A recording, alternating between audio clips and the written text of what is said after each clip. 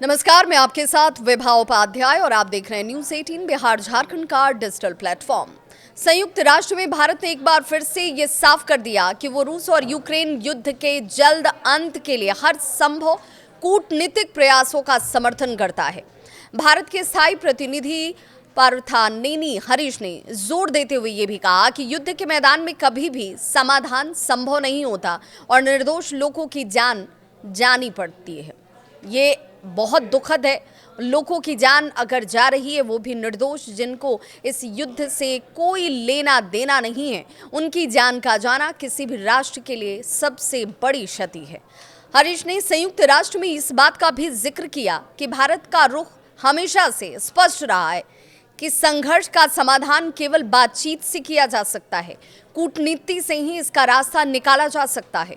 उन्होंने दोहराया कि चाहे ये रास्ता कठिन हो और लंबा ही क्यों ना हो जाए, लेकिन स्थायी शांति के लिए दोनों ही देशों की प्रतिबद्धता जरूरी होती है। प्रधानमंत्री नरेंद्र मोदी भी कई बार इस बात का जिक्र कर चुके हैं।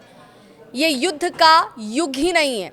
इसी कड़ी में भारत लगातार रूस और यूक्रेन के राष्ट्रपतियों के साथ साथ यूरोपीय नेताओं से भी संपर्क बनाए हुए है। भारत का ये मानना है कि जंग का अंत जल्द होना सभी के हित में है, क्योंकि लंबे वक्त तक जारी ये संघर्ष वैश्विक स्थिरता को नुकसान पहुंचा रहा है। भारत ने हाल ही में अमेरिका, रूस और यूरोपीय देशों के बीच हुई बैठकों की सराहना की।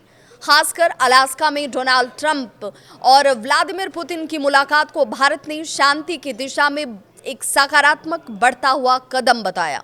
इसी तरह वाशिंगटन डीसी में ट्रंप और यूक्रेन के राष्ट्रपति और यूरोपीय नेताओं के बीच संवाद का भी भारत ने स्वागत किया। भारत का यह मानना है कि ये सभी प्रयास युद्ध विराम और अस्थायी समाधान की संभावनाओं को तलाशते हैं, उसे मजबूती प्रदान कर सकते हैं।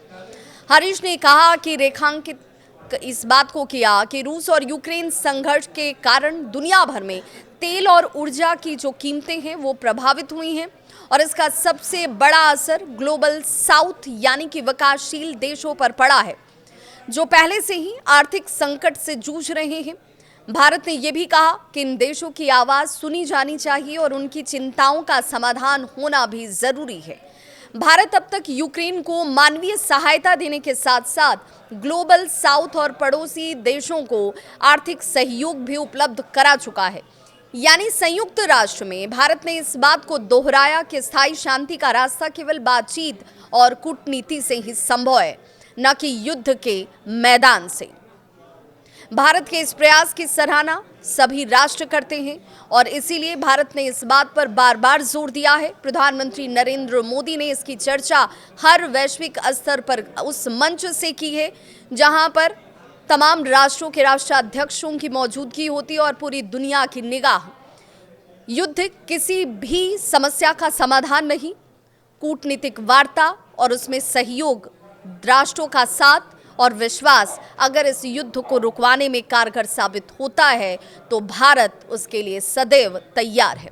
इस खबर पर आपकी क्या है राय, बताइएगा जरूर। कमेंट बॉक्स में अपनी राय साझा करें।